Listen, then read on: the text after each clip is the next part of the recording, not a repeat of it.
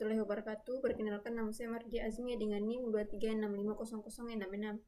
Baik, di video kali ini saya akan menjelaskan tugas kedua, pengaturan cybercrime dalam hukum positif Indonesia. Yang pertama, capaian pembelajaran. Sini mengidentifikasi regulasi cybercrime sebelum Undang-Undang ITE, kemudian menganalisis penyerapan KUHP pada kasus cybercrime. Lanjut memahami kendala penegakan hukum cybercrime dan mengevaluasi contoh kasus cybercrime di Indonesia. Kemudian regulasi sebelum Undang-Undang ITE. Kitab Undang-Undang Hukum Pidana atau KUHP, Undang-Undang Nomor 19 Tahun 2002 tentang Hak Cipta, Undang-Undang Nomor 36 Tahun 1999 tentang telekomunikasi, kemudian Undang-Undang Nomor 15 Tahun 2002 tentang tindak pidana pencucian uang, kemudian penyerapan KUHP pada cybercrime. Kitab Undang-Undang Hukum Pidana atau KUHP, Undang-Undang Nomor 19 Tahun 2002 tentang Hak Cipta, kemudian Undang-Undang Nomor 36 Tahun 1999 tentang telekomunikasi, Undang-Undang Nomor 15 Tahun 2002 tentang tindak pidana pencucian uang, kemudian pasal 303 penjudian online, kemudian pasal 282 pornografi atau website porno. Lanjut pada pasal 406 perusakan devisi atau hacking, pasal 262 pemalsuan surat atau kartu kredit. Kemudian studi kasus KUHP atau carding, modus mencuri nomor kartu kredit, transaksi e-komersi, pasal 362 pencurian tambah 378 penipuan tambah 262 pemalsuan, proses penjual kirim barang, bank tolak pembayaran, kemudian korban pemilik kartu kredit dan penjual online. Lanjut pada ID Card Indonesia Computer Emergency Response Team. ID Card Indonesia Computer Emergency Response Team merupakan institusi kunci dalam ekosistem keamanan cyber Indonesia.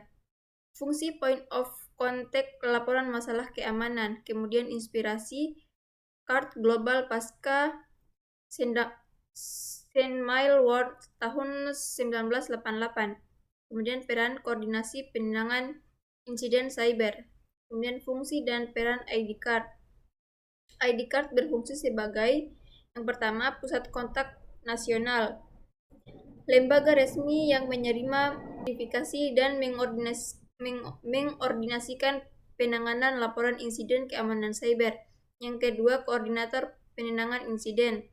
ID Card aktif melakukan analisis, respon, dan pemulihan terhadap insiden. Kemudian pusat peringatan dini dan analisis memantau ancaman keamanan cyber global dan lokal, lalu mengeluarkan peringatan advisories serta rekomendasi teknis.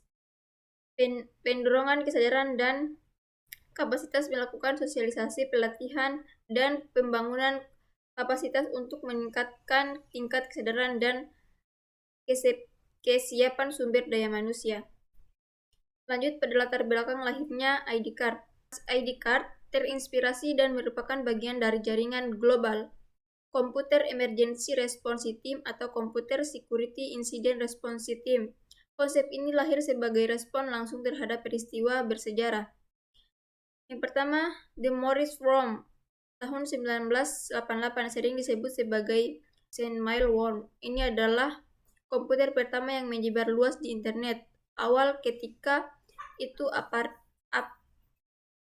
ARPANET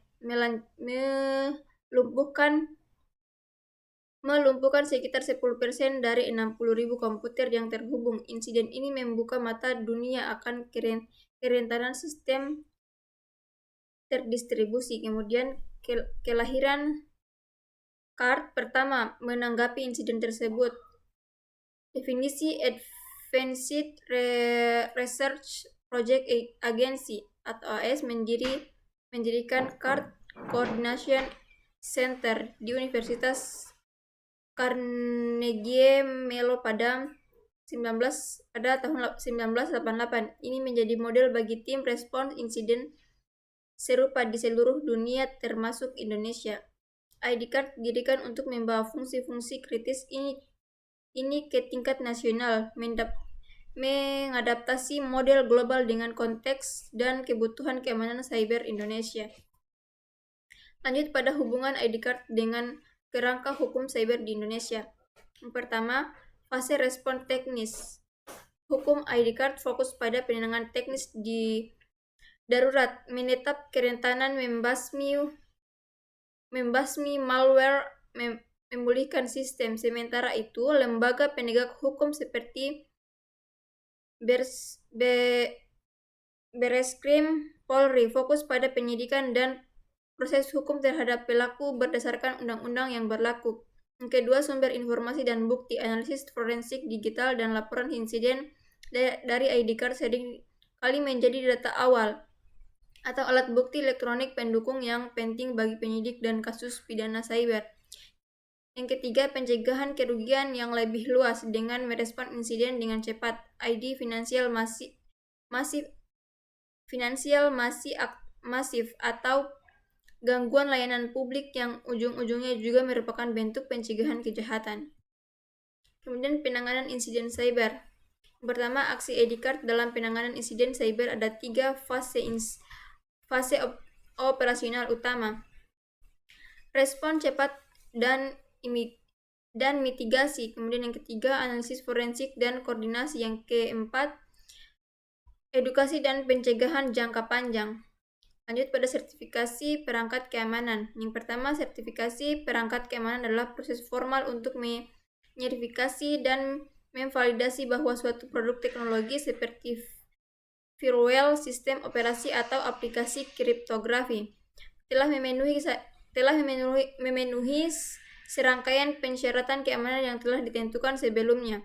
Yang kedua, tujuannya adalah untuk memberikan jaminan objektif kepada pengguna akhir, baik individu, perusahaan, maupun pemerintah, bahwa produk tersebut dapat dipercaya untuk melindungi sistem data mereka dari ancaman cyber. Proses ini menjadi fondasi bagi ekosistem keamanan digital yang tangguh dan kredibel. Lanjut pada tantangan utama sertifikasi perangkat keamanan. Yang pertama, problem, ketergantungan pada sertifikasi asing. Kedua, kebutuhan standar berbeda untuk personal dan versus militer. Contoh, analisis kendala penegakan hukum cybercrime di Indonesia. Penegakan hukum terhadap kejahatan cybercrime di Indonesia menghadapi kendala multidimensi yang kompleks, mulai dari aspek teknik sumber daya manusia hingga kerjasama internasional. Berikut analisis mendalam terhadap kendala-kendala tersebut. Yang pertama, pembuktian elektronik. Yang kedua, perbedaan persepsi. Kemudian, lemahnya penguasaan saran dan prasarana. Kemudian, kesulitan menghadirkan korban.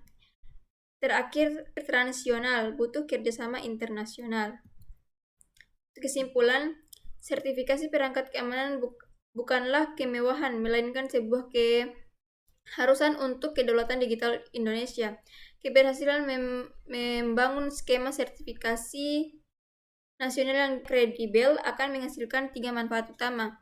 Meningkatkan kepercayaan pada ekosistem digital dan dalam negeri, melindungi infrastruktur kritis dengan standar yang sesuai ancaman, kemudian mendorong industri keamanan cyber lokal untuk berinovasi dan bersaing.